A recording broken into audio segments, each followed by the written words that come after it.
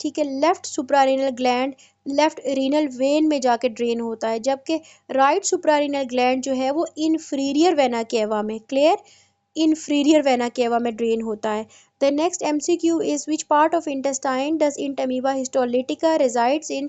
तो ये हमारे पास है सीकम, ठीक है, int amoeba histolytica large intestine को जाके रिजाइड करना शुरू करता है, उसमें जाके। Pregnant lady not taking fruits and vegetables in her diet, her baby will be at risk of anencephaly, ठीक है, ये हमारे पास जो फ्रूट्स हैं वेजिटेबल्स हैं फॉलिक एसिड रिच है, तो जब हमारी बॉडी में फॉलिक एसिड रिच वो डेफिशिएंसी हो जाएगी तो एनेंकेफेली हो जाएगी, clear. Cranial nerve 9, 10th and 12th arise from medulla, clear, ये जो क्रेनियल नर्व्स है 9, 10th और 12th मेड्यूला से अराइज हो रहे हैं। अगला है single vocal cords related muscle is which of the following, तो इट इज थायरोएरिटिनॉइड, क्लियर, ये हमारे पास कोलोन का ही पार्ट है, नो सीकम में रिसाइड करता है, ठीक है, सीकम में रिसाइड करता है। स्टिल आपको लगता है कि गलत है तो आप मुझे स्क्रीनशॉट करके भेज दो, आई विल कंफर्म इट। बाकी ये कि मैंने खुद भी बच्चों को कुछ दिन पहले रफ़ी से पढ़ाया था और लेटेस्ट रफ़ी जो है 13 एडिशन वो यही कहती है कि सीकम में जाकर रिसाइड करता है। किसी भी MCQ में आपको कन्फ्यूजन होती है, मैं कुछ और बताती हूँ, आपने कुछ और पढ़ा है, तो आपने स्क्रीनशॉट लेके स्टडी ग्रुप में MCQ डिस्कशन ग्रुप में भेजना है बच्चों, ठीक है। MCQ ग्रुप में मैंने मॉडरेटर्स रखे हुए हैं जो आपको CPSP के की के अकॉर्डिंग आंसर देंगे और एक्सप्लेन करेंगे, और वहाँ पे मैं खुद भी एक्टिव होती हूँ और मैं खुद भी सुपरवाइज करती हूँ कि आंसर सही है कि नहीं है। बिल्कुल डॉक्टर साहिबा, कुछ दिन पहले मैंने आपको माइक्रो में भी ये चीज़ पढ़ाई थी, आप ठीक कह रही है। The next is a woman had a polyp in the cervix. It was removed and histopath showed a portion of polyp covered by squamous epithelium. तो ये हमारे पास क्या है, मेटाप्लेजिया, मेटाप्लास्टिक चेंज क्या होता है प्यारे बच्चों के one type of epithelium is changed with another type of epithelium, clear. A group of friends went to the restaurant and eat chicken and fried rice.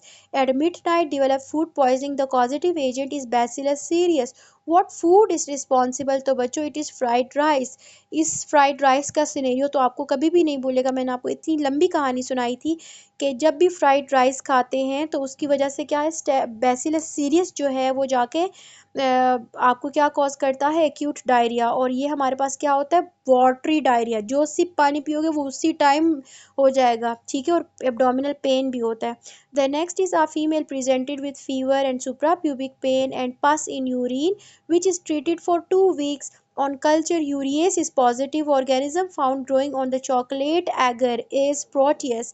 अब आपने प्यारे बच्चों इसको याद कर लेना है प्रोटियस के फीचर्स को कि ये यूरियस पॉजिटिव है और ये कहाँ पे ग्रो करता है, ये चॉकलेट एगर पे ग्रो करता है, ठीक है, और ये जो प्रोटियस है यही इसकी कॉज है कि पेशेंट के पास इन यूरिन है, सुप्राप्यूबिक पेन है, फीवर है, 2 वीक्स की ट्रीटमेंट या एंटीबायोटिक्स के बावजूद भी सेटल नहीं हो रहा। The next is a diabetic patient presented in OPD with oozing greenish discharge.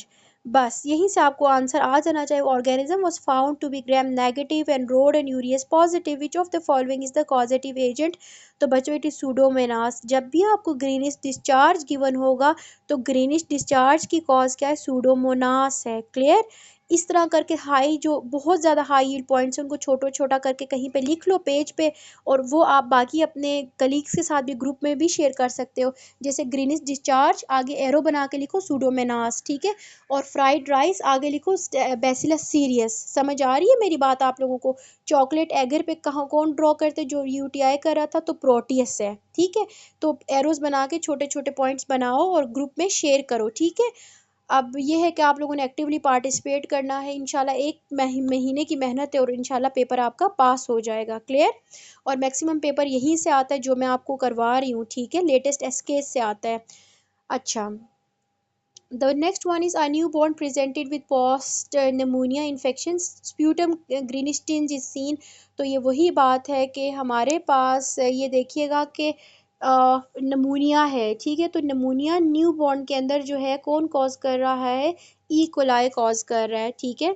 अच्छा, the next one is a dye injected in patient. It shows bilateral filling of both the ureters but improper filling in the renal pyramids. Juxtaglomerular nephrons is due to urolithiasis. अब देखो हमने die डाली है so that हम ये देख सकें कि हम लोगों की कंस्ट्रिक्शन किस लेवल पे है यूरिटर के, ठीक है।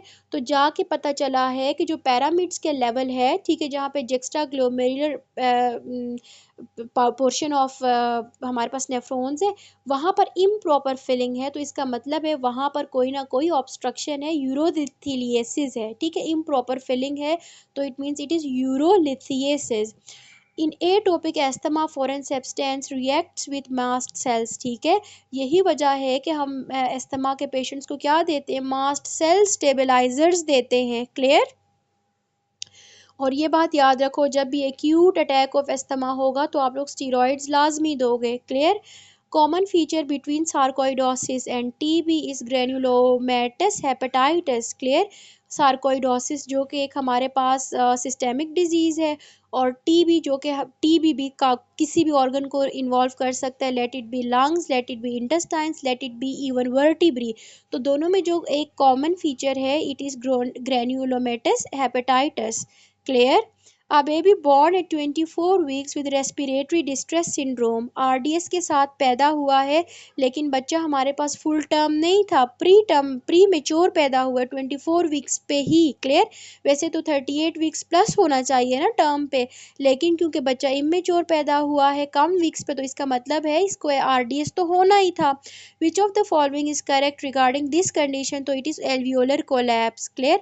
ये क्या होता है, इनके बॉडी के अंदर सरफेक्टेंट रिलीज नहीं होता, तो सरफेक्टेंट क्या करता है, ये जो हमारे पास एल्वियोलाई है उनको सरफेस टेंशन देता है, जिसकी वजह से ये इंटैक्ट रहते हैं। जब बॉडी में वो नहीं होगा, सरफेक्टेंट नहीं होगा, तो सारे के सारे एल्वियोलाई क्या कर जाएंगे, कोलैप्स कर जाएंगे। क्लियर।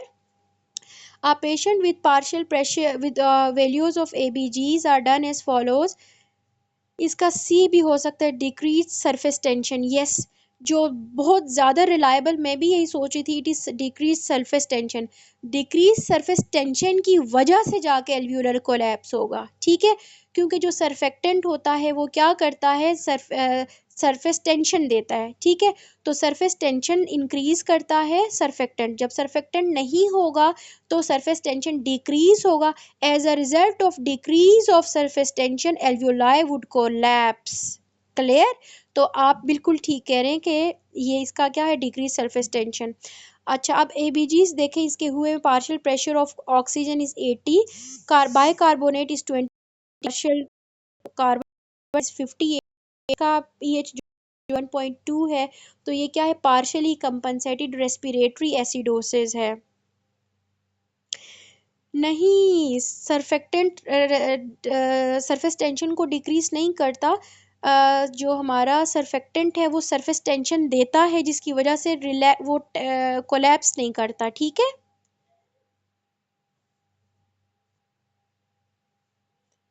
बट स्टिल क्योंकि इसका एमसीक्यू ऑप्शन में डाउट है, तो आप लोग इसको स्क्रीनशॉट करके ग्रुप में भेज दें, ठीक है।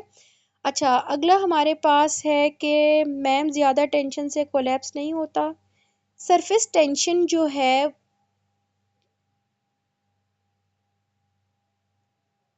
नहीं,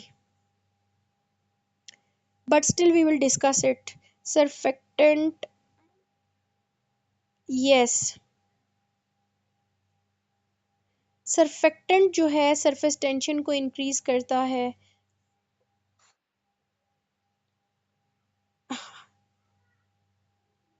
यस, मैं भी आपको यही बता रही हूँ कि सरफेस टेंशन होगी तो एल्व्यूलर कोलैप्स नहीं होगा। यस, बिल्कुल ऐसा ही है, I have said the same thing, ठीक है। बट स्टिल क्योंकि इसमें ऑप्शन में आपको कुछ और गिवन है, आप लोगों का आंसर कुछ और है, तो इसका स्क्रीनशॉट ग्रुप में आना चाहिए। क्लियर।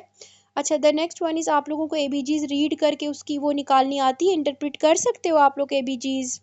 यस, एमसीक्यू 54 एबीजीज से रिलेटेड है। आप लोगों को एबीजीज की इंटरप्रिटेशन आती है? अच्छा, आती है तो ठीक है, और जिसको एबीजीज की इंटरप्रिटेशन नहीं आती उसके लिए एक डॉक्टर हसीब की वीडियो है एबीजीज पे, बहुत उन्होंने इजी समझाया हुआ है, तो उसमें जो है आप लोगों को क्लियर हो जाएगा। और जिसको फिर भी नहीं है उसके लिए मेरे पास एक लंबा सा मैसेज है जिस पे मैंने एक्सप्लेनेशन लिखी हुई है, वो मैं भेज दूंगी, ठीक है। आप लोगों ने ग्रुप में रिमाइंड करना है, काइंडली एक छोटे से नोट पेज पे लिखते जाओ कि आप लोगों ने क्या क्या करना है, वरना भूल जाएंगे हम। तो नेक्स्ट वाज ये आंसर नहीं होना चाहिए, कंप्लीट तो नहीं हो रही है चीज, तो फिर इसमें क्यों लिखा हुआ है? अच्छा, हाँ रिकॉर्डिंग हो रही है ग्रुप पे, रिकॉर्डिंग क्लास की हो रही है।